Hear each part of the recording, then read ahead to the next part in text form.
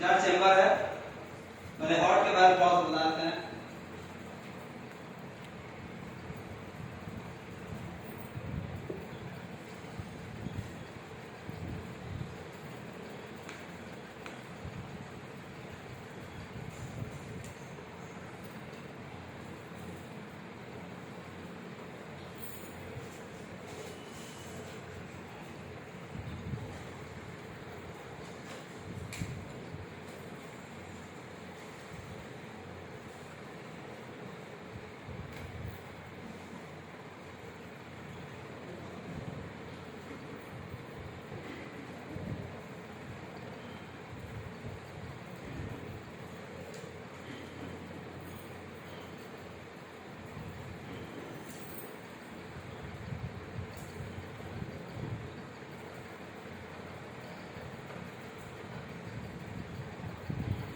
Heart है, इसमें जो है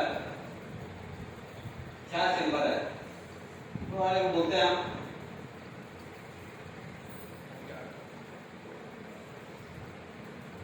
राइट डायरेक्टिव है, राइट वेंट्रिकल, लेफ्ट डायरेक्टिव है, लेफ्ट वेंट्रिकल। इसके ऊपर हम 5 मिनट बस फोकस करेंगे। 5 मिनट है कैसे हार्ट पंप करता है, ब्लड को कैसे ब्लड सप्लाई होता है, ये जब आप जान जाएंगे तो कोरोनरी आर्टरी समझने में दिक्कत नहीं होगा। देखिए पूरे बॉडी से ब्लड जो है जो ब्रेन से नीचे इंटीरियर पार्ट से पूरा ब्लड जा करके सबसे पहले बाई वेन, आप जानते हैं कि आर्टरी से ब्लड पूरा सप्लाई होता है, वेन से जब ब्लड जाकर बढ़ता है, बढ़ जाएगा। इसमें बढ़ जाता है।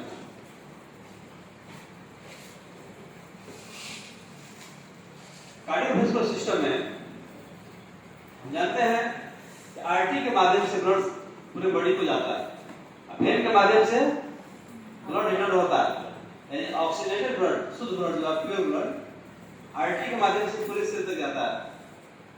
हार्ट जब पंप करता है ब्लड को, आर्टरी के माध्यम से पूरे बॉडी जाता है और पूरे शरीर को ऑक्सीजन देकर के न्यूट्रिशन देकर के फिर लौटता है तो वेन के माध्यम से लौटता है। वेन से जब लौटेगा, लौट के कहां पर जाएगा? सबसे पहले हार्ट के इस राइट आर्टिकल में, आलिल बोलते हैं उसको, यानी वो ग्रहण करता है ब्लड को, राइट आर्टिकल ब्लड को ग्रहण करता है। तो सबसे पहले ब्लड लौट के वहां जाता है राइट आर्टिकल में, राइट आर्टिकल से फिर आता है राइट वेंट्रिकल में, राइट वेंट्रिकल से एक यहाँ एक पल्मोनरी एक आर्टरी है जो पूरे ब्लड को बाहर निकालती है, लंग्स में जाती है, लंग्स में यहाँ पूरा फेफड़ा में जो है ब्लड ले जाती है लंग्स में। तो सबसे पहले आप देखिए आर्टरी ब्लड, आर्टरी सबको आर्टरी देखना जानते हैं, अंगूठा के सामने यहाँ देखिएगा पल्स नहीं, आर्टरी धड़क रही है अंगूठा के सामने, ठीक है, पल्स जो है मिल जाएगा, आर्टरी धड़क रही है। धड़कन क्या है? हार्ट का पंपिंग नहीं, फंक्शन नहीं, हार्ट जो ब्लड को पंप कर रहा है नहीं, ये यहाँ धड़क रहा है, यहाँ भी। तो सबसे पहले हम ये राइट आर्टिकल में ब्लड जाता है, राइट आर्टिकल से राइट वेंट्रिकल में आता है ब्लड, फिर राइट वेंट्रिकल से जो रहता है नॉन ऑक्सीजनेटेड ब्लड यानी इम्प्योर ब्लड आता है। फिर प्योर होने के लिए, शुद्ध होने के लिए राइट वेंट्रिकल से ब्लड कहाँ जाता है? सीधे लंग्स में, फेफड़ा में जाता है, ठीक है। लंग्स में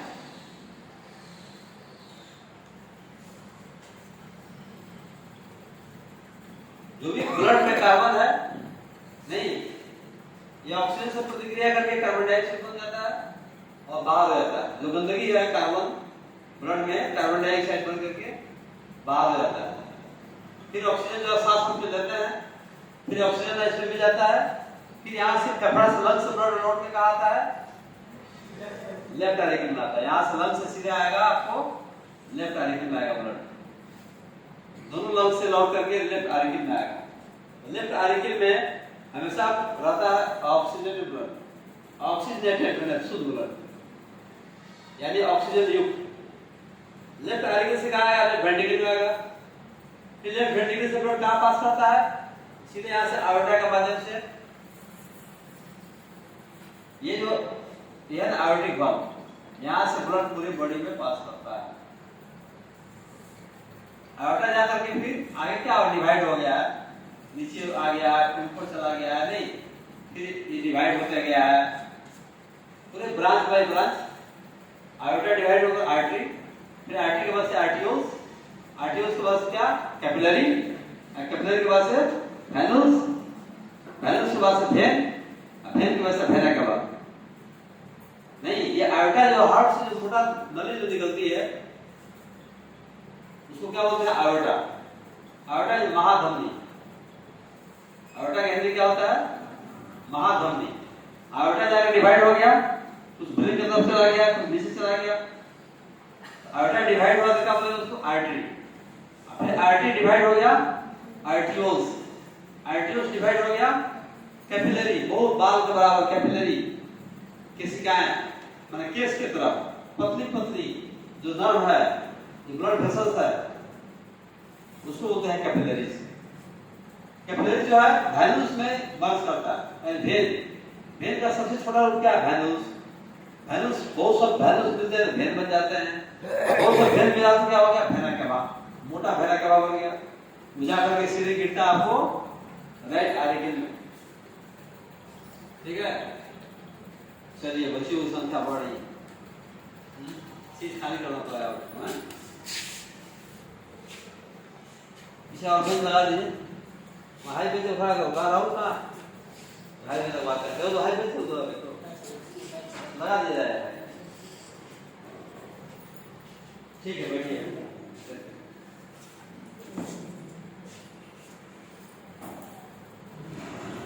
अब इसी से अंदर लगा लीजिए देश कहाँ जा रहा है।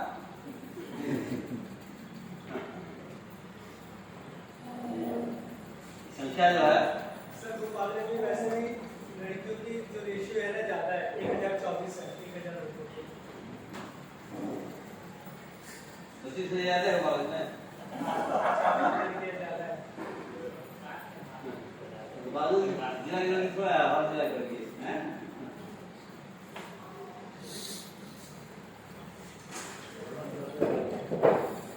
ऐसा आइए ठीक, देखिए ये समझ आएंगे तो हार्ट हार्ट इस समझ आ जाएगा। यहाँ से आयोटा निकला, आयोटा जो है पूरे बॉडी को ब्लड सप्लाई करता है, लेकिन हार्ट को तो ब्लड चाहिए, हार्ट को भी ब्लड चाहिए, पूरे बॉडी को ब्लड सप्लाई करता है, उसको भी एनर्जी चाहिए। तो इसको एनर्जी, इसको ब्लड सप्लाई करने वाला जो आर्टरी है, जो हार्ट को ब्लड सप्लाई करता है, उसी का नाम है कोरोनरी आर्टरी। नहीं, यह बहुत पतली आर्टरी है जो हार्ट को जो ब्लड सप्लाई देती है। इसमें से आर्टरी निकल करके नहीं चला गया आपको पूरे हार्ट के मसल्स को ब्लड सप्लाई देती है। हार्ट के मसल्स, हार्ट क्या है? मस्कुलर पार्ट है। हार्ट क्या है? एक मस्कुलर पार्ट है। नहीं, हार्ट के मसल्स को एनर्जी के लिए कोरोनरी आर्टरी जो है हार्ट को सप्लाई करती है ब्लड। उसी कोरोनरी आर्टरी में बहुत पतली आर्टरी है, कोई कोलेस्ट्रॉल जम जाए, कोई लिपिड जम जाए, नहीं कोई स्टॉक लग जाए, चोट लग जाए कभी, तो ये हार्ट को जब ब्लड सप्लाई नहीं होगा बढ़िया ढंग से, हार्ट के मसल्स को ब्लड नहीं मिलेगा, हार्ट का मसल क्या वीक हो जाएगा, कमजोर हो जाएगा। जब कमजोर हो जाएगा तो हार्ट अटैक हो जाएगा। जब हार्ट को जब ब्लड नहीं मिलेगा किसी कारण से कोरोनरी आर्टरी में, मान लीजिए ट्राइग्लिसराइड्स नहीं, कोलेस्ट्रॉल की मात्रा बढ़ती है, चर्बी की मात्रा बढ़ती है, तो चर्बी जम जम करके आर्टरी को जाम कर देगा। जाम कर देगा तो आर्टरी जाम हो जाएगा, तो हार्ट के मसल्स को ब्लड नहीं मिलेगा, ब्लड नहीं मिलेगा तो वीक हो जाएगा, कमजोर हो जाएगा, कमजोर हो जाएगा तो हार्ट अटैक हो जाएगा। नहीं, इसे बचने के लिए हम क्या करेंगे? किन रोगियों में ज्यादा चांस रहता है ये कोरोनरी आर्टरी का? जैसे मान लीजिए कोई डायबिटिक है, शुगर का पेशेंट है, शुगर पेशेंट में ऐसे ही शुगर लेवल जब बढ़ेगा, शुगर लेवल जब बढ़ेगा नहीं तो आप जानते हैं कि शुगर को कंट्रोल करने के लिए मेन पार्ट क्या है बॉडी का? पैनक्रियाज, जो एंजाइम भी बनाता है और हार्मोन भी बनाता है। पैनक्रियाज इंसुलिन बनाता है ना, इंसुलिन हार्मोन है, बनाया गया माइलेज, लाइपेज एंजाइम है। अब जानते हैं लाइपेज से फैट बचता है, चर्बी बचता है। नहीं, चर्बी बचने का बॉडी के अंदर जो है, पेट के अंदर भी बचता है। पेट में रेनिन, पेप्सिन, लाइपेज, HCl 4 प्रकार के एंजाइम बनते हैं। तो पेट में जो लाइपेज है वो बताता है फैट को, चर्बी को। और फिर आपको पैनक्रियाटिक जो माइलेज है, लाइपेज है, वो भी बताता है फैट को। फिर अपना लीवर जो पित्त बनता है, पित्त वो भी बताता है फैट। गरिष्ठ चीज है, फैट बहुत गरिष्ठ चीज है, इसलिए गॉड ने 3 जगह बना दिया मशीन फैट को पचाने के लिए। मान लीजिए आपका लीवर फंक्शन सही नहीं है तो कोलेस्ट्रॉल बढ़ जाएगा कि नहीं? बढ़ जाएगा ना, चर्बी बढ़ जाएगा। आपका पैनक्रियाटिक फंक्शन ठीक नहीं है, पैनक्रियाज जब कम काम करेगा, इंसुलिन नहीं बनेगा या एंजाइम नहीं बनाएगा, तभी भी डायबिटिक के शुगर के पेशेंट को कोलेस्ट्रॉल बढ़ने का ज्यादा चांस रहता है, क्योंकि उसका पैनक्रियाज वर्क नहीं कर रहा है। पैनक्रियाज वर्क नहीं कर रहा है, इंसुलिन नहीं बन रहा है, एंजाइम भी नहीं बन रहा है। एंजाइम लाइपेज जो है जो चर्बी पचाता है नहीं पचेगा, हमेशा उसका पेट खराब रहेगा। ज्यादा चर्बी खाएगा, ब्लड में चर्बी का मात्रा बढ़ेगा। लिपिड प्रोफाइल टेस्ट करवाते हैं, लिपिड प्रोफाइल टेस्ट, लिपिड में चर्बी का जांच करवाते हैं, ब्लड में कितना है। उसे आपको कोलेस्ट्रॉल, ट्राइग्लिसराइड आता है निकल के, वो सब चर्बी का रूप है। नहीं तो ब्लड में अगर उसका मात्रा बढ़ा हुआ है, इसका मतलब करने में स्टोर होगा वो। इसीलिए डॉक्टर लोग क्या करते हैं, जो डायबिटिक केस है, नहीं उसका लिपिड प्रोफाइल टेस्ट करवाते हैं। बीपी किसी हाई आता है हमेशा, इसका भी बीपी हाई होने से, किसी कारण से बीपी अगर हाई हो जाए तो बीपी हाई जब होगा वो भी आर्टरी को तोड़ता है, आर्टरी को तोड़ता है, डैमेज करता है, इसलिए आंख अंधा हो जाता है। जो ऑप्टिक नर्व है, मान लीजिए बीपी बहुत हाई हो गया तो ऑप्टिक नर्व को डैमेज कर देगा, तो आंख में ब्लड निकल जाएगा, आंख अंधा हो जाएगा। मान लीजिए ब्रेन में अगर बहुत हाई बीपी है, ब्रेन के नर्व को डैमेज करेगा, ब्रेन का जो ब्लड वेसल्स हाई बीपी से डैमेज होगा, तो डैमेज होगा तो क्या होगा, आपको ब्रेन में जो है डिमेंटिया होगा। डिमेंटिया देखा है, डिमेंटिया में क्या होता है, याददाश्त कम होने लगता है, ब्रेन के सेल को जब ताकत नहीं मिलेगा, एनर्जी नहीं मिलेगा, नहीं तो ब्रेन का सेल काम नहीं करेगा, डिमेंटिया होगा, याददाश्त की कमी होगी।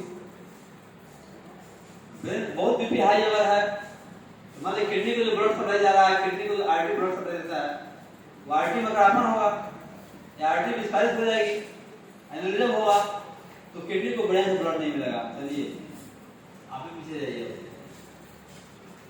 बैक कुर्सी ला दीजिए, आप कुर्सी पे बैठिए। अच्छा उधर कुर्सी हुआ हमारा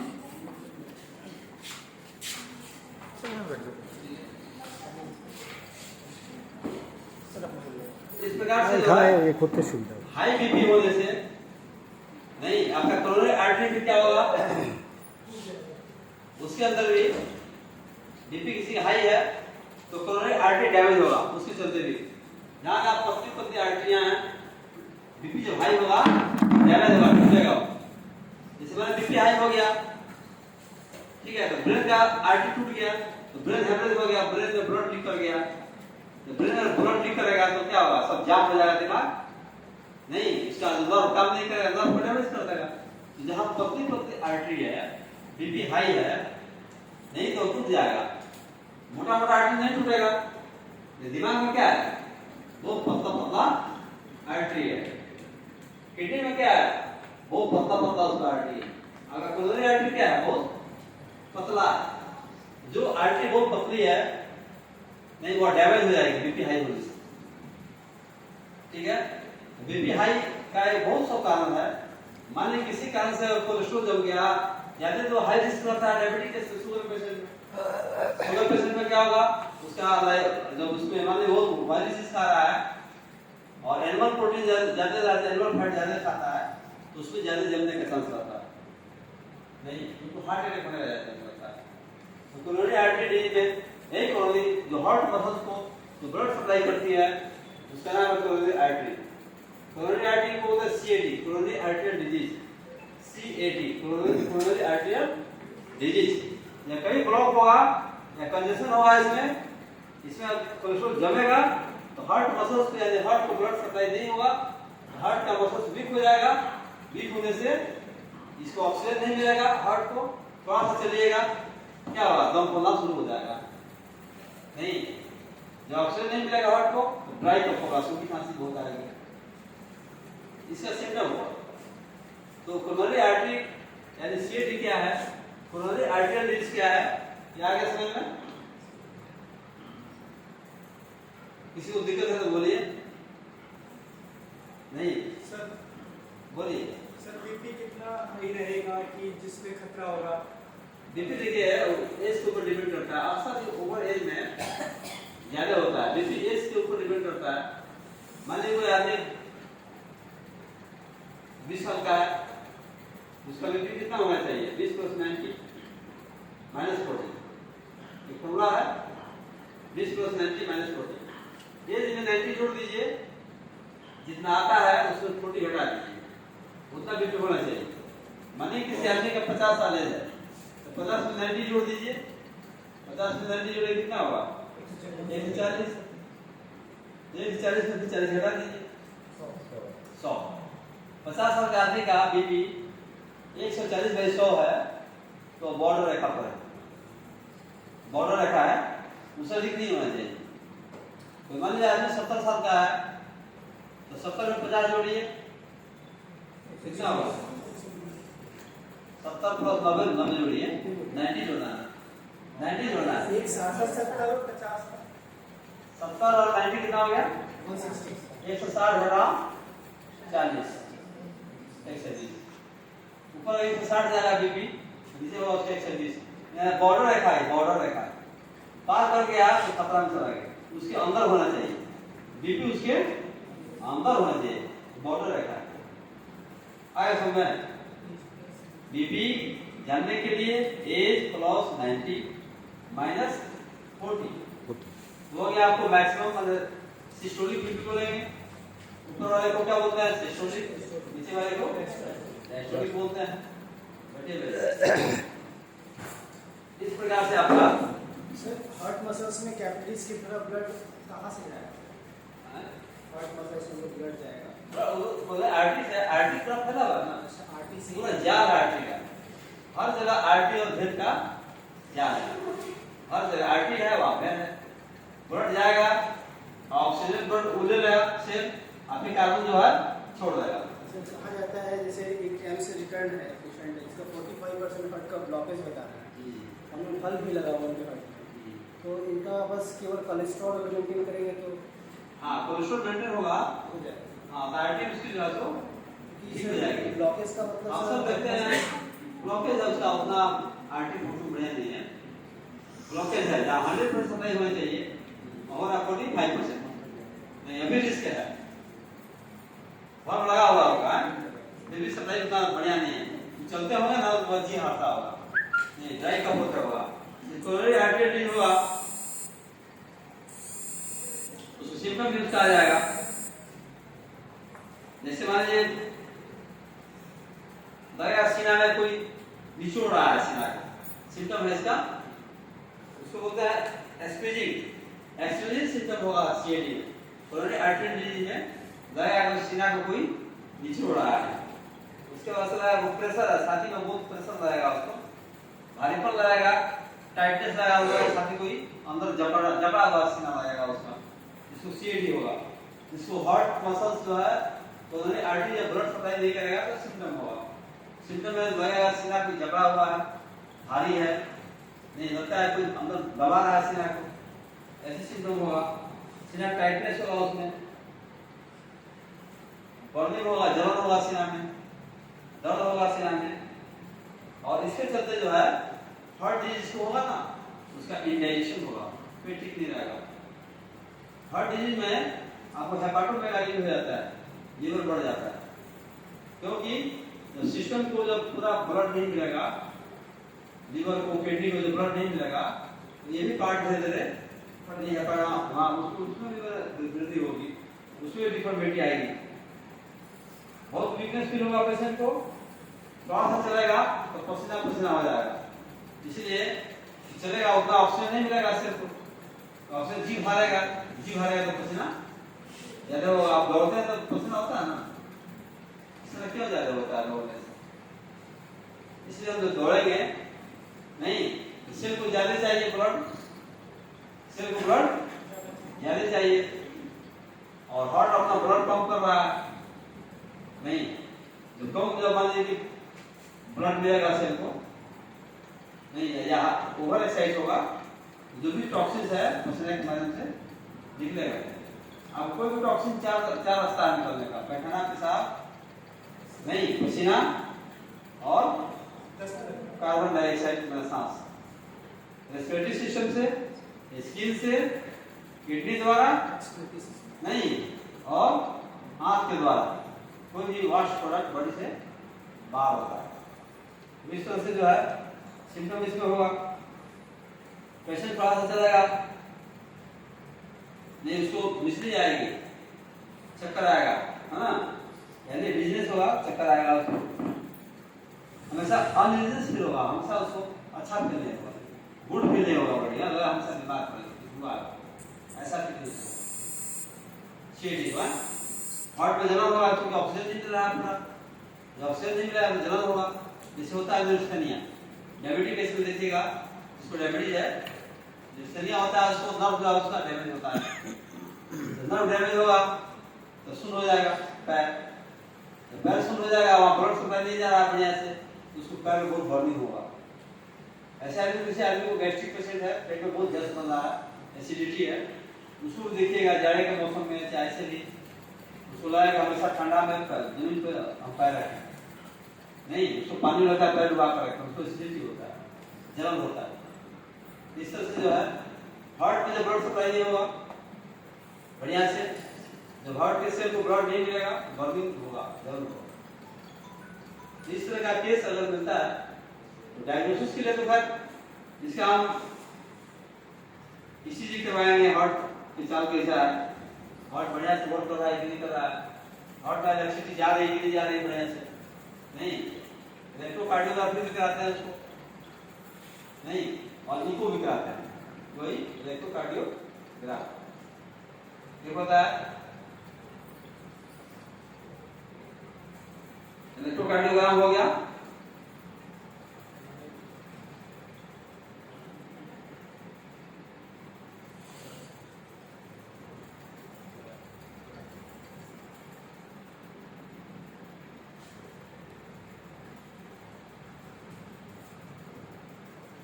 और सब सिम्टम है इसका, कहता है चेस्ट डिस्कम्फोर्ट,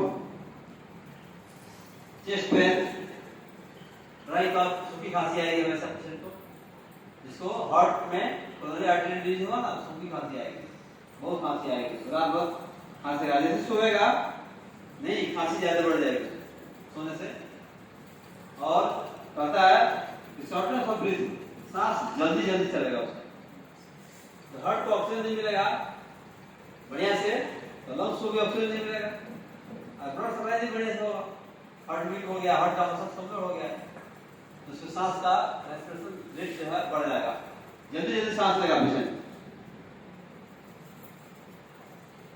नोसिया एंड वोमिटिंग, कभी कभी खाना खाएगा नहीं, या ऐसे भी उसको उल्टी हो जाएगी कभी, या मिसली आएगी हमेशा, रेस्टलेसनेस होगा, बेचैनी हमेशा रहेगी उसको नहीं, पसीना ज्यादा होगा, सिम्टम बताया है, ये सब चीज उसको होगा। ऐसे अगर पेशेंट को मिलता है तो ट्रीटमेंट क्या देंगे, बच्चों को याद होगा आप लोगों को नहीं, लिखवाएंगे बहुत टाइम लगेगा, ठीक है, क्लास में ट्रेनिंग कोर्स है, इसे समझाते जाएंगे, उसका ट्रीटमेंट बताएंगे, ट्रीटमेंट जरूरी है, जैसे क्लास में पढ़ाते हैं तो लिखवाएंगे सिस्टमेटिक नहीं, लेकिन ट्रेनिंग कोर्स में केवल समझा करके ट्रीटमेंट जो डॉक्टर को प्रैक्टिस करने के लिए आए हैं, हम प्रैक्टिस करेंगे, बीमारी समझ गया, इलाज हम क्या करेंगे, मैं ये ट्रीटमेंट क्या देंगे।